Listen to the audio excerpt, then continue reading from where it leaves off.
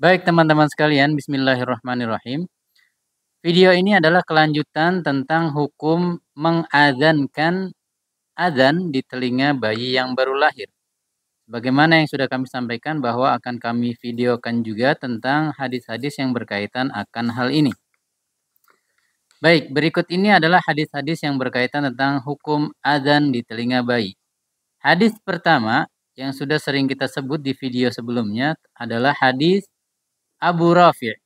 Beliau berkata, Ra'aitu Rasulullah sallallahu alaihi wasallam adzana fi udunil Hasan ibn Ali hina waladathu Fatimatu bis-shalah. Rawahu Tirmidzi. Dari Abu Rafi ia mengatakan bahwa aku menyaksikan Rasulullah sallallahu alaihi wasallam adzan di telinga Al-Hasan anaknya Ali saat dilahirkan oleh Fatimah dengan adzan untuk sholat. Hadis ini nomornya 1514, diriwayatkan oleh Al-Imam At-Tirmidzi, dalam Sunan Abu Dawud 5105. Namun hadis ini dikomentari oleh Al-Imam Ibnu Hajar Al-Asqalani, madaruhu ala Asim ibni Ubaidillah wa huwa dha'ifun. Pembicaraan atau yang menjadi perbincangan dalam mata rantai para perawi hadis ini adalah Asim ibn Ubaidillah. Dia adalah seorang perawi yang dhaif, lemah. Ini dikatakan di dalam At-Talkhisul Habir, jilid keempat, halaman 149. Jadi, bisa disimpulkan hadis pertama adalah hadis yang lemah. Lalu hadis yang kedua adalah hadis Abdullah ibnu Abbas, anna Nabiyya sallallahu alaihi wasallam adzana fi udunil Hasan ibn Ali yauma wulida fa adzana fi udunihil yumna wa aqama fi udunihil yusra. Rawahul Baihaqi.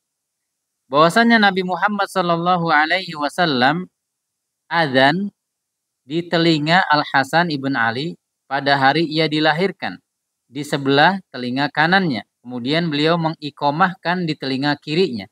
Diriwayatkan oleh Al-Imam Al-Baihaqi di dalam kitabnya Syu'abul Iman, jilid ke-6, halaman 390. Namun kita lihat bagaimana komentar para ulama tentang hadis ini. Menurut para ulama, wahada haditsun maudhu'un. Hadis ini adalah hadis yang palsu. Kenapa? Di dalamnya ada Al-Hasan ibn Amr ibn Saif. Siapa dia? Al-Imam Al-Bukhari mengatakan di dalam At-Tarikhul Kabir, jilid kedua halaman 299, kadzabun. Si Al-Hasan ibn Amr ibn Saif adalah seorang pendusta. Bukan pernah bohong, tapi pendusta. Kemudian juga di mata rantai para perawinya ada Muhammad ibn Yunus Al-Kadimi atau Al-Kudaimi. Wa qad ittahamahu Abu Dawud wa Daruqutni bil kadhb. Dituduh ya Muhammad ibn Yunus ini oleh Al-Imam Abu Dawud dan Al-Imam Daruqutni sebagai orang yang berdusta. Wa fihi Al-Qasim ibn Mutayyab wa fihi dha'af. Ada juga perawi di antaranya Al-Qasim ibn Mutayyib, dia adalah orang yang juga lemah. Jadi hadis kedua adalah hadis yang palsu. Hadis pertama lemah, hadis kedua palsu.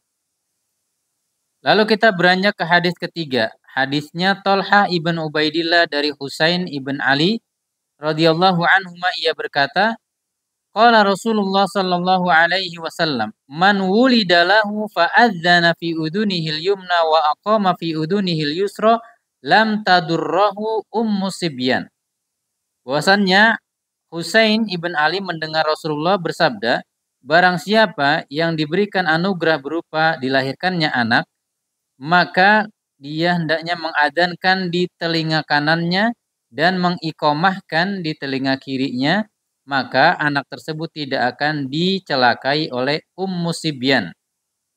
Ya, sibyan itu diyakini oleh sebagian orang sebagai bangsa jin yang membahayakan anak kecil.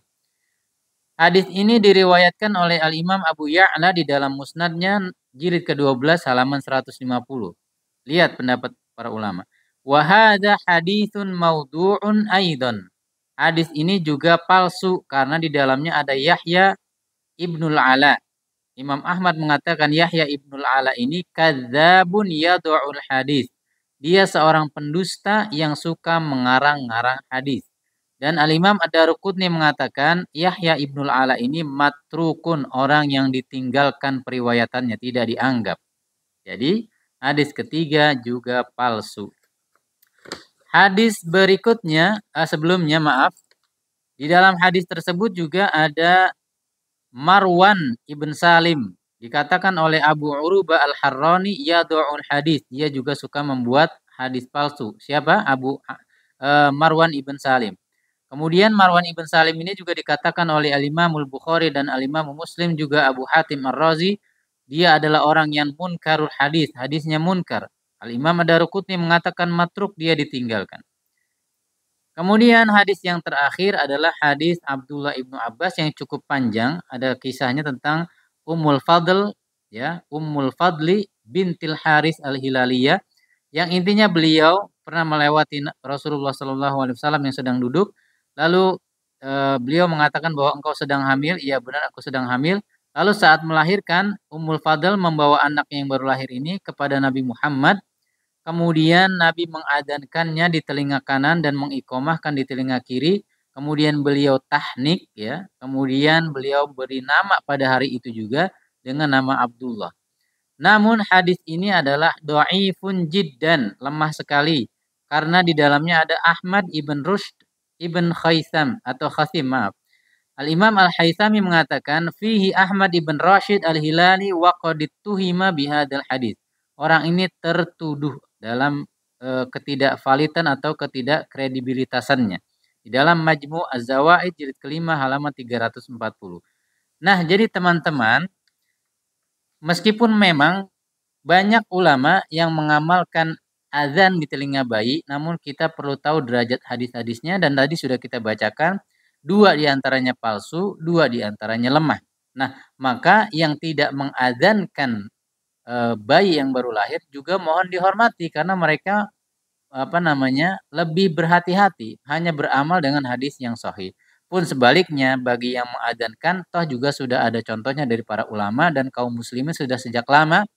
Di antaranya dikatakan bahwa Umar ibn Abdul Aziz juga pernah mengamalkannya.